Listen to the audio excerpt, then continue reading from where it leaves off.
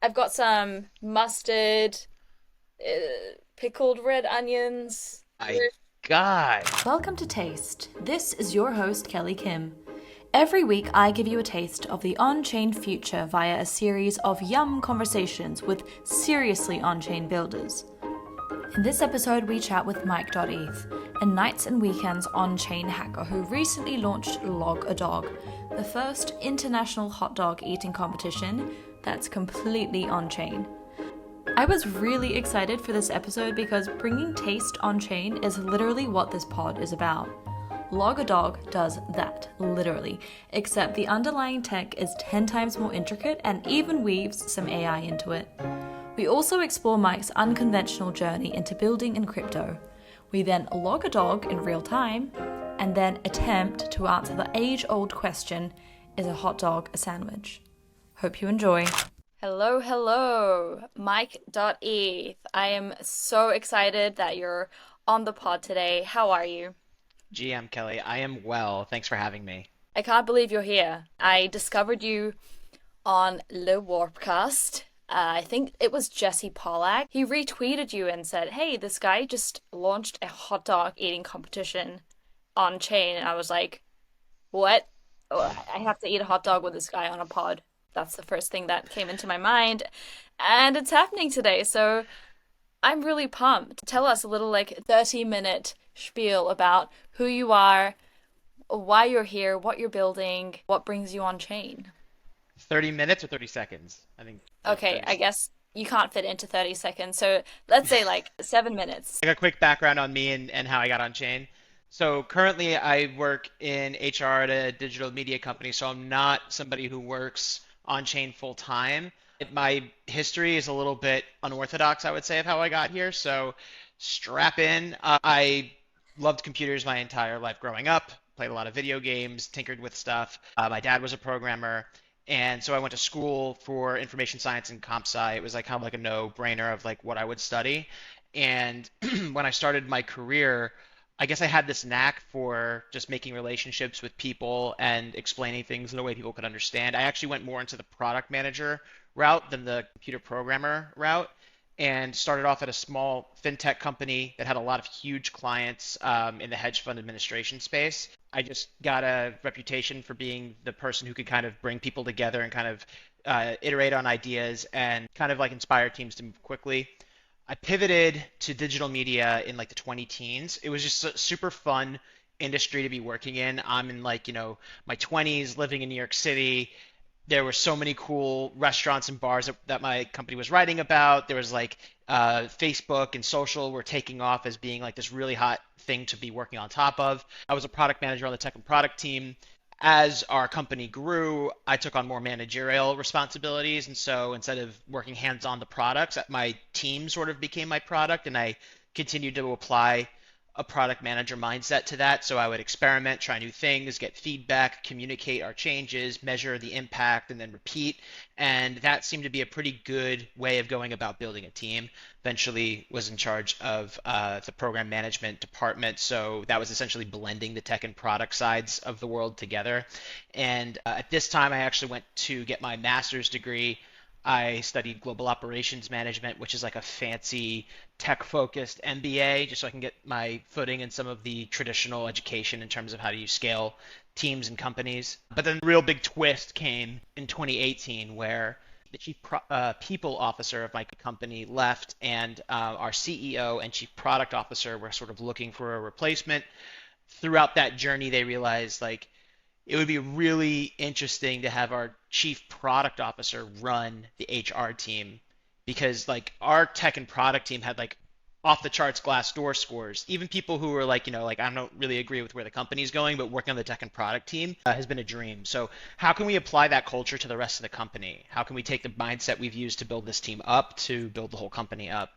And it's been a real challenge. It's been something that's introduced me to new problems I've never had to deal with before. I've learned a lot of things about business and people that I've probably never would have been exposed to otherwise. So I'm still learning a lot every day. It's kind of what keeps me going and keeps me motivated. I guess I'm like a natural person like who just needs to be constantly learning something. That's why I probably can't read fiction books. I need to be reading nonfiction books. But anyway, I'm continuing to do that in digital media and still having a blast. So nights, weekends, any kind of like free time I have, I keep my tech skills sharp by building things.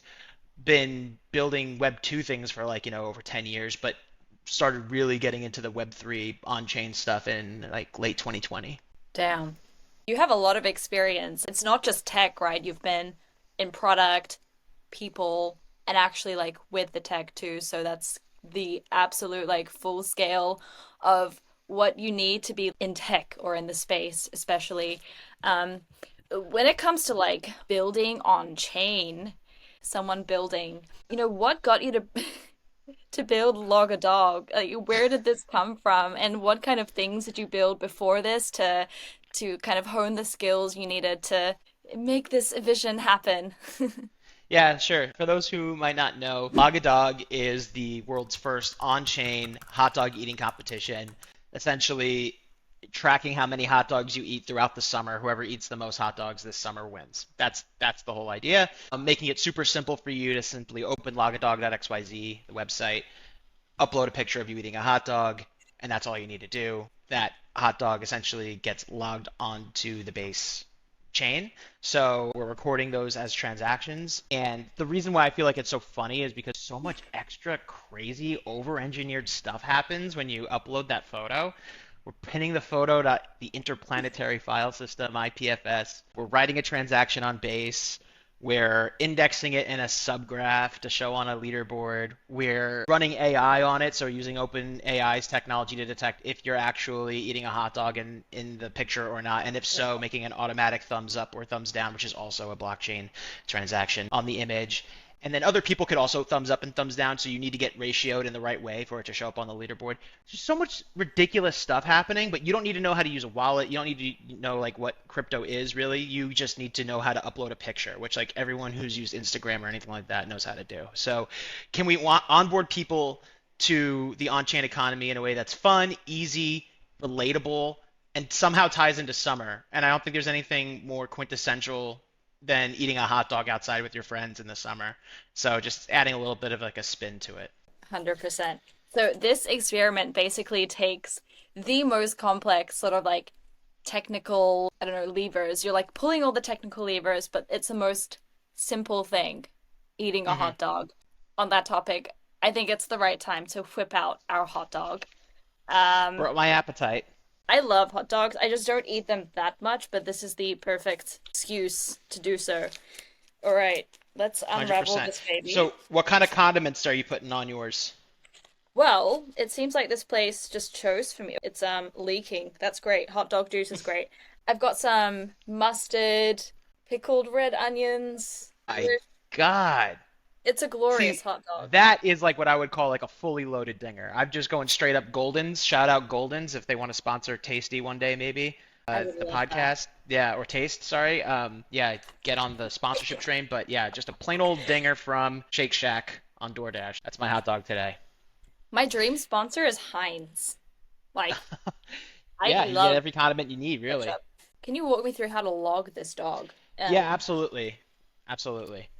So I'm going to just open up my phone here. I'm going to go to logadog.xyz on my browser.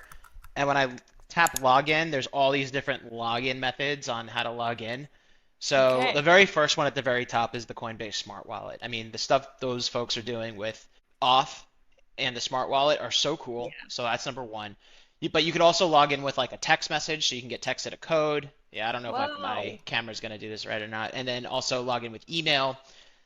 Another one that's really cool is logging in with Google. So like Coinbase also has an embedded wallet feature. So like you just sign in with Google and we're taking care of everything for you. They're making a wallet on the back end and then I'm tying that to my own smart wallet contract. But for the user, all you have to do is like tap login with Google and they don't know any of that stuff. Like all that stuff's taken care of. All Um, abstracted away. I love it. yeah, yeah. So when I land on the site, right, big button right there to log a dog. I tap Okay. that. It says like take a picture of you eating it, which I'm going to demonstrate for everyone watching right now. And if you're listening, all you have to know is that it's super straightforward. Let's do it. Yeah, let's do it. Hell yeah. I just love this. Cool. So Trying to look in. I've also got it running against Google's AI just to make sure there's nothing like not safe for work. How long did this take, by the way, How long did it take? to build Um, Log a Dog? Was it just you, or do you have a team? I don't have a team. It's just me. You know, I've been working on it for a little while just because the Coinbase embedded wallets was kind of like the initial reason for me to start building on it. I thought that would be a cool way to do off. I guess I started like a couple weeks ago. Like I said, like I don't work on this stuff full time. Like it's like if I have an hour or so after work or something, I'll chip Yeah, away at it. Spend a weekend doing it. You know. Let me see. a true I think hacker. yeah, yeah. How are you doing over there logging? My photo had an issue, so I'm taking another one. I'm trying. Let me just trying to. Okay, Log a Dog XYZ.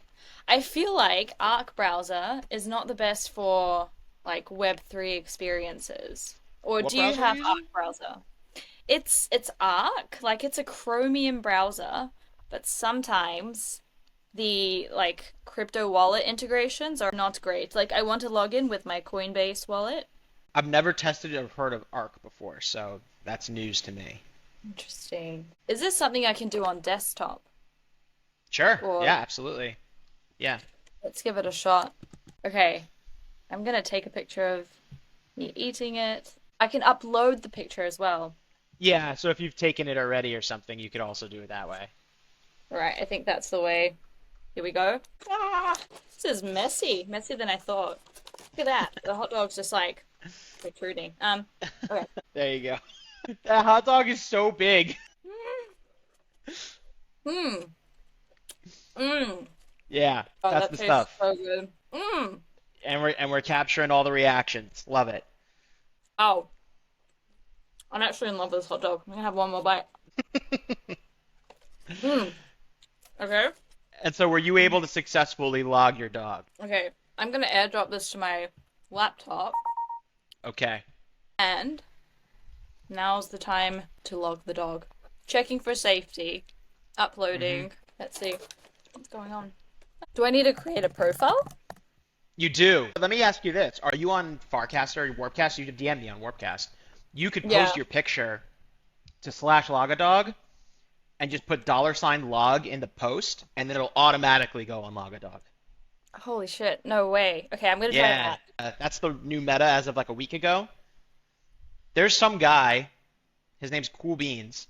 I've never met him before, but I feel like I know him because I've just seen nothing but pictures of this guy for the past week. He's uploaded something like 20 something hot dogs in the past 5 days. Absolutely out of control. Okay. So Let's go. So you you've have to got this put photo. $log in the cast. So you have to put it in the text. That lets the bot know that you're actually logging this dog. It's just Yes. sign log. All right. Yes, let's I'm go. casting it. Do it. And you're doing it to the Log a Dog channel? Yes. Perfect. LFG. Okay. Cast now. This is very Beautiful. exciting. Let's see. Yeah, love that. I love that. Are we, is it good? Is it on the Logo Dog page? So what's happening in the background now is we're getting a webhook from Nanar, and then the bot is going to log in on your behalf.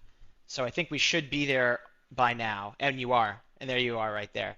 So Yeah. perfect. And if you ever want to update like your profile or whatever, you could just log in with whatever crypto wallet you have connected as your verified wallet on Farcaster, and you can update your profile. It might also do it for you if your Warpcast name is compatible with like a username. If you don't have any weird characters or anything like that in your Warpcast name, it could work. But I'd have to double check all that stuff. But yeah, Damn. Oh, you are I just liked my own card. officially, yeah, I'm gonna thumbs you up because this deserves to be on the leaderboard. I witnessed and can attest to this dog that has Oh, been I'm eaten. so excited. That was so smooth. I love the dollar sign log. That makes it so Great. much easier to log the dog. Question: do you Absolutely. think Yep. a hot dog is a sandwich? Yeah, the age-old question, right? My personal beliefs on this is they're a league of their own, like a taco. It's like asking is a taco a sandwich? It's like, no, it's not. Mm, You're not going to find a taco at a sandwich shop, and you probably won't find a hot dog at a sandwich shop. So you got to go to your own taco stand or hot dog stand if you want to partake. So that's why I'm going to say no, but at the same time, I'm not going to die on that hill. What about you? right. What do you think? Like it's not a deal breaker. I agree with you. I don't think, they don't look like a sandwich. They don't taste like a sandwich. They're not sandwiches. They're different. They're art. Sandwiches, I mean, Art. sandwiches are art, but like there's different types of art, right? I mean, all food is art. And then there's hot dogs. So I'm gonna say no. That's a big no from me. Okay, so you have a little bit more conviction than I do. Okay, makes sense. I mean, yeah, I guess so. But I don't even know. What would you say constitutes a sandwich? Because then that gets tricky. Then it's like, makes you think. Does make you think. But I think if you're going to go look up like the technical Webster's dictionary, they're not going to be on our side. They're going to say that it's technically is a hot dog. I mean, it is a sandwich if you have the bread and the meat in between. If you want to ask the more interesting question, which I think is what constitutes a hot dog, now we're Right. talking. And Log a Dog actually has this as the second question in the FAQs. So it's at least 4.8 inches long. It's in a bun. People are like, well, what about like a sausage or a bratwurst or something like that? No, it has to be a hot dog. They're like, oh, what if I put two dogs in one bun? It's one. That counts as one. What if your hot dog's very long? Counts as one. And then I always get this question like, well, what if I have like 10 pigs in a blanket? Or what if I have like 6 pigs in a blanket? Is that one hot dog? No, no, no, it's not. Doesn't count. Yeah. Um, so yeah, we have a whole list of FAQs on the site if you're ever confused. Okay, the important questions are there. That's great. Where do you think has the most hottest, most delicious hot dogs in the world? I know you're born and raised in New York. We'll see. We'll see what you say to this. Yeah, I'm also a Yankees fan too, and I think there's just something about it's not necessarily like how the dog was cooked. I think it's how you're eating it and who you're eating it with that really makes or breaks the dog. So I don't think there's anything better than just, guzzling down a glizzy with your boys at a Yankee game, and that is probably the most delicious form of hot dog there is. When did your love for hot dogs take form and why? I think they're just funny. Like for some reason, there's just memes popping up left and right about hot dogs. There's like this Costco hot dog meme token I saw recently where they're like trying to get priced to $1.50 like the Costco hot dog. It's like the OG stable coin. Right, right, yeah. That or like the Arizona iced tea 99-cent stable coin. Yeah, I think they're just funny, and like Tim Robinson has some funny sketches about a hot dog, and then there's like Whitest Kids You Know is an old sketch comedy group from like the 2000s. They have a really funny sketch about hot dogs, and I don't know, it just plays a role I think in just comedy, so it's just perfect I think for the meme effect of this app. I love it when like food becomes a meme. I guess it's like the hot dog emoji is always a good one for any situation. I mean, maybe except if your friend's like, "Hey, my dog died." Like, you wouldn't want to send a hot dog then. Yeah, But you can keep that one to yourself. Right? yeah, Don't send that one. But you know what's actually funny is last summer, friends and I were actually doing this competition with each other. We had a group chat, and basically anytime you ate a hot dog, you had to take a picture of yourself eating the hot dog and send it to the group chat, and then fill out a Google form, and then the Google form was our leaderboard.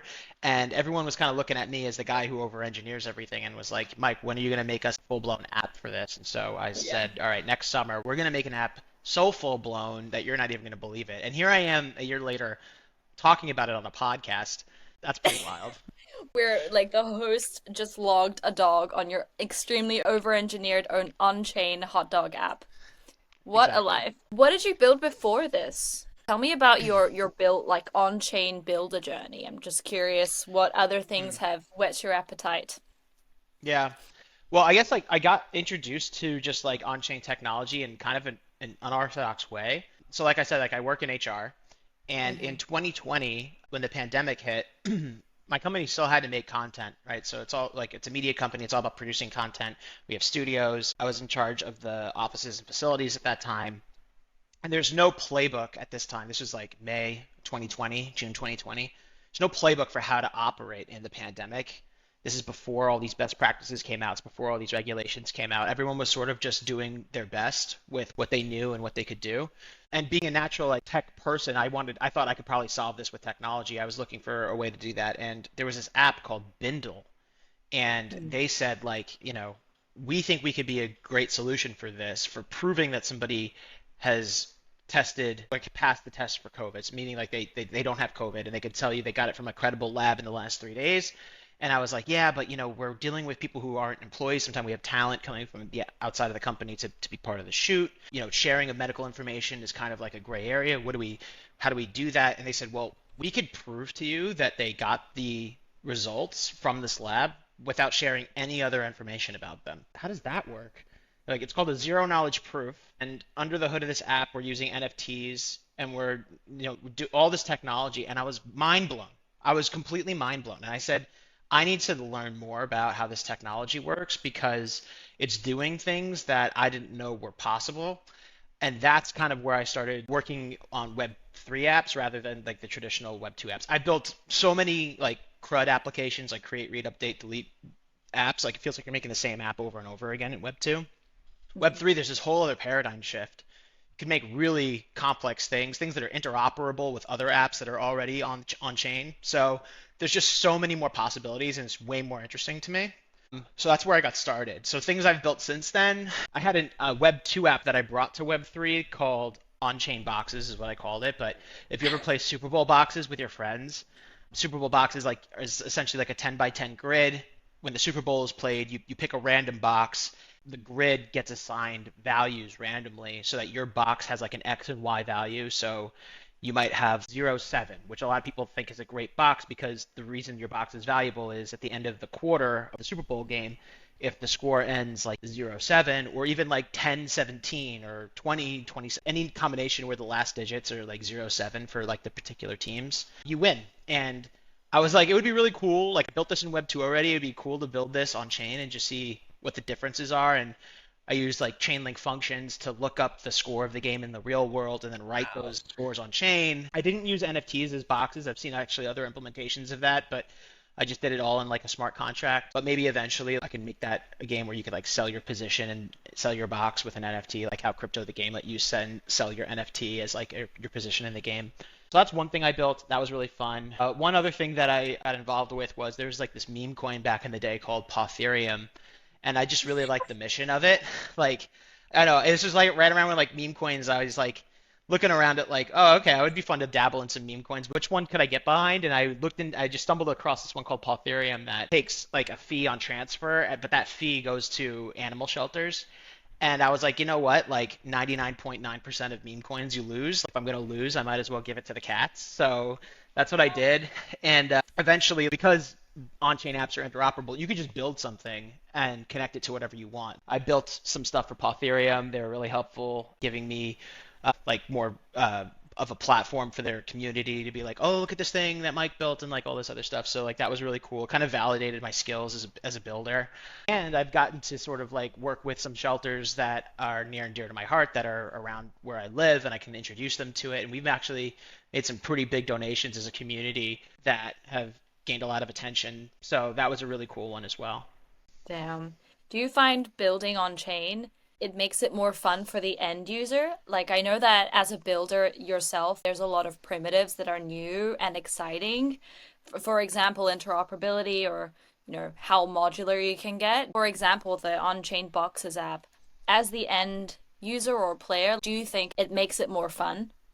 That's a good question because I feel like at the end of the day, it shouldn't feel too different to the user. I think Web2 has done a great job of being fast and essentially having users know what to expect in terms of how to sign up and do things. And I think Web3 apps have kind of needed to play a little bit of a game of catch up on the user experience. But, we're in June 2024, you and I right now, and I think reaching this inflection point where it's going to be indistinguishable to the user if they're operating on a Web3 app or a Web2 app.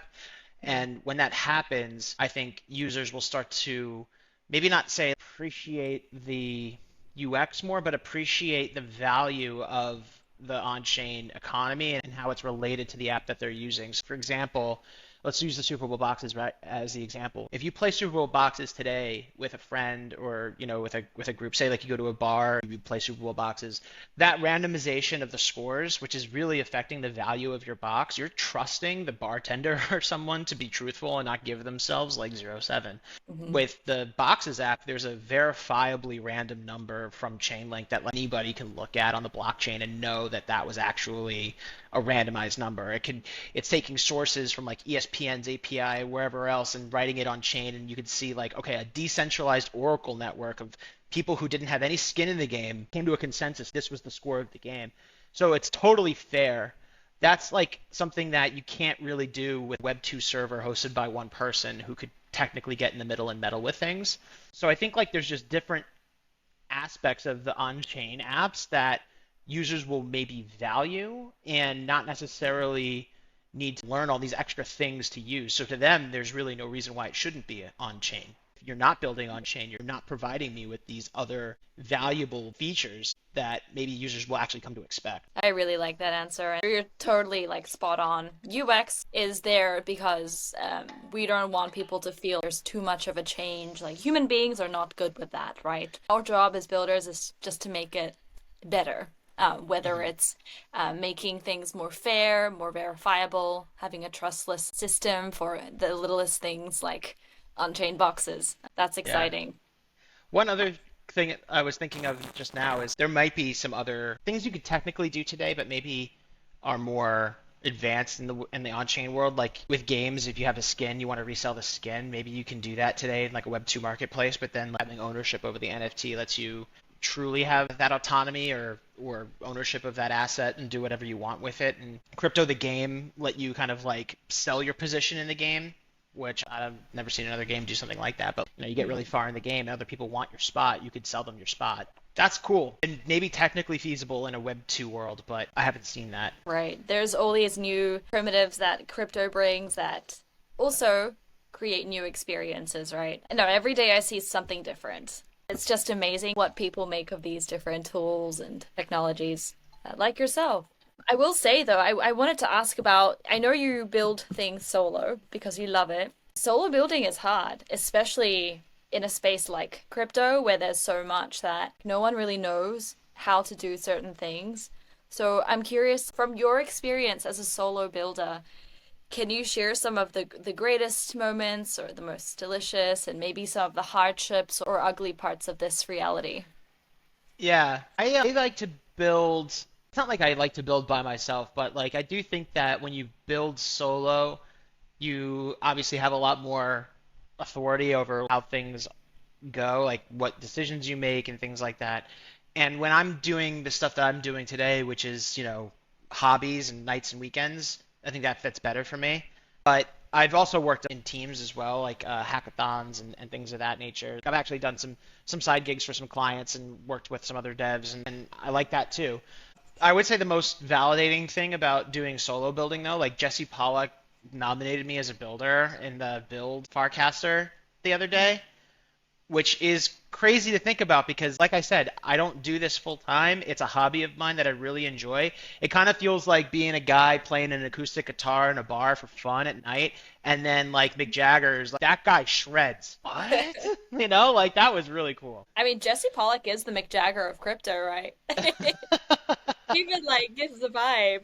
Yeah. He gives the vibe. He gives the vibe. No, but that's awesome. I mean, I think I discovered him, like I said, through through Jesse. So it's crazy how builders get the recognition they really need, especially because there's not many people building things, and when they do, it's usually really cool.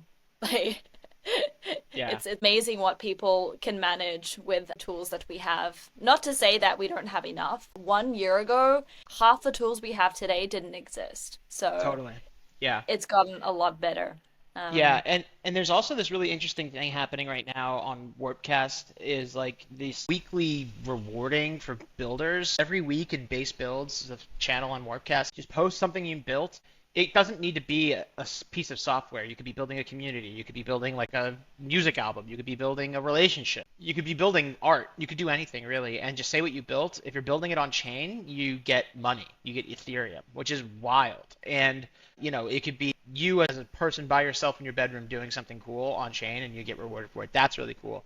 And then another thing that I think is happening right now for solo builders that we didn't have a little while ago is this whole AI revolution where the whole internet's knowledge is in this new medium where it's a lot more accessible to kind of just type what you want in natural language and have something get spit out on the other side that's tangible that you can use and apply. I think that we're definitely going to see a company valued at $1 billion that only has one person in it very soon.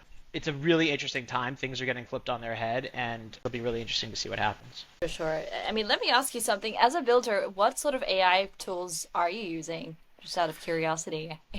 Yeah, for sure. And my code editor is cursor.so, which is just like yeah, it's a fork of Visual Studio Code and is basically AI first. So I have my Copilot in there. It's got like a sidebar that's like a chat with your code sidebar so you can ask questions about it. And so, I joke with the people at work that like I haven't had a critical thought since November 2022 because like anything I need to do that's a little bit mentally challenging, I just type into this thing and it spits out the answer at me. And I haven't really fumbled over a spreadsheet formula in God knows how long.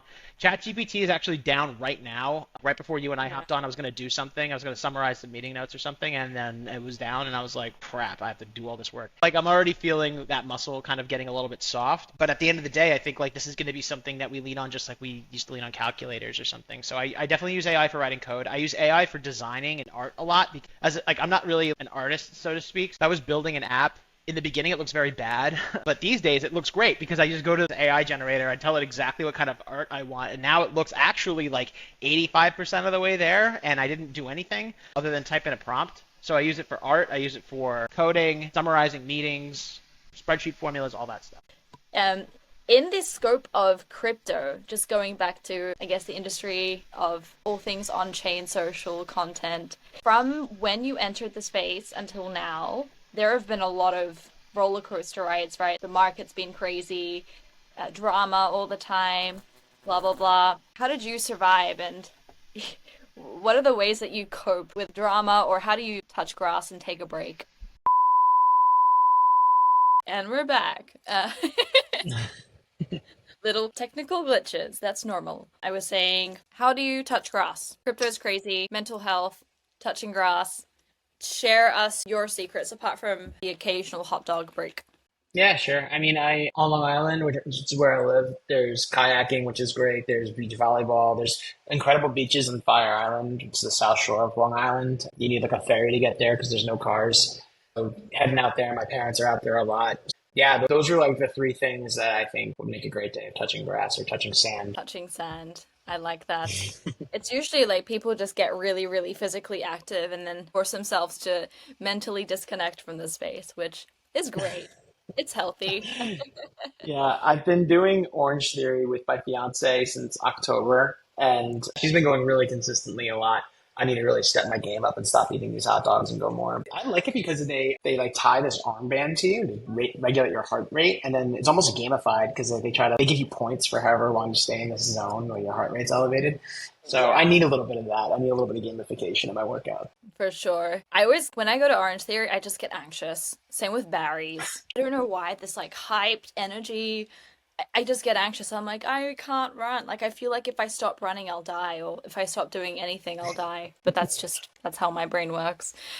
Cool. I want to move on. I mean, we're just about to wrap up, but I do want to ask you about if you have a really hot take on a controversial topic in the space. There's always people arguing for certain things, right? Do you have anything that you have a really hot take on? And maybe people will be like, whoa. I don't know.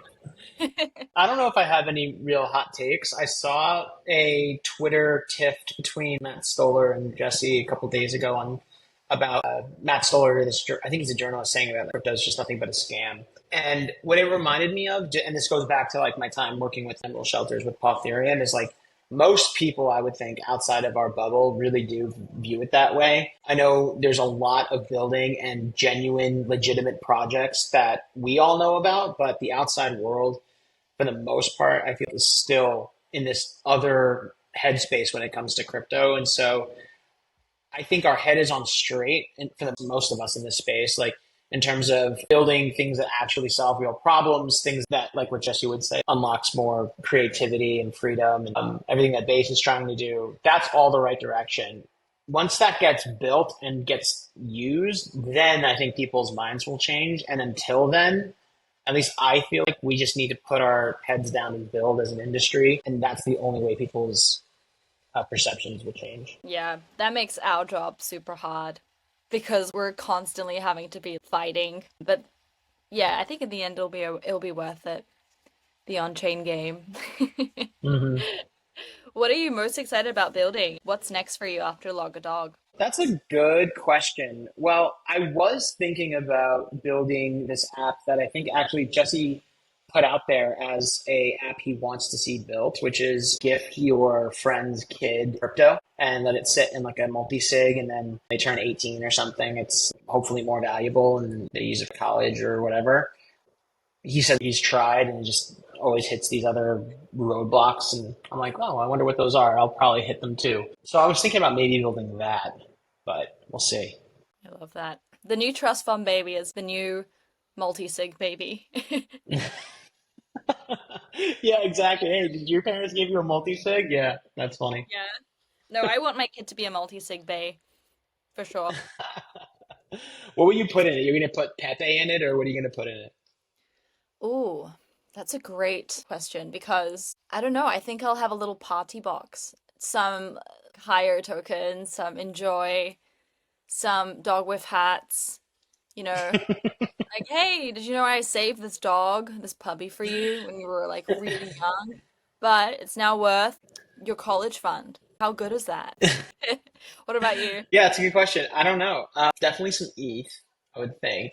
And then maybe some cool art pieces. Maybe if I could ever scrounge up on a punk, put a punk in there or a penguin. I think that would be cool. Yeah, maybe something like that. But my uncle gave me when I was born, he gave me the Topps baseball card set for the season I was born in. And it was like, one day these will be worth something. And I don't think they actually were. But it was cool to still have. So maybe still, if you could have the Pudgy or you could have the Punk, that would be cool. But I mean, punks are like 100K, right? And penguins too. I don't know if there's probably better ways they would probably much rather me just like put that in Moonwell at 11%, or even that's even a little too risky for however long we're talking here. But I don't know. Maybe I'll just use a mutual fund. No, I'm just kidding. This is a crypto podcast. You never know. You never know. I'm amazed at how these NFTs have sustained their value. And honestly, they're doing amazing. I love everything the Pudgies do. I am obsessed. I was incredulous a couple years ago, but now I'm like obsessed and I want one. So whatever Mm. they're doing great. Yeah, Yeah. can't you buy one in Walmart and scan a code and then get like an NFT or something? Yeah, it's insane. And I don't know if you're on Yeah, Instagram that much, but I love their content. It's so cute. I don't know, it makes me feel something. Yeah, that's crazy. that's special. Sweet. All right, Mike, this was an amazing chat. Where can people find you? And I mean, where would you like people to find you? What's the best way to support what you're doing and building? Yeah, totally. I think I'm more active on Warpcast these days than anywhere else. So warpcast.com/Mike. Okay. Mike is like, some people think it's pronounced Mick or something like that. I just wanted a three-letter ENS, and my name's Mike, so I had to find a creative way to get there. Yeah, that, or you can find me on X, so x.com/Mike Crypto Dev. But yeah, if you DM me or something, I will definitely reply because I don't have that many followers and I love connecting with people in the space. I've met a lot of really cool people on chain and online that way. So reach out. Sweet. Yeah, I can testify that you reply to DMs, so reach out to Mike. All right. Thanks Perfect. so much, Mike. All Have a right. good Thank one. you, Kelly.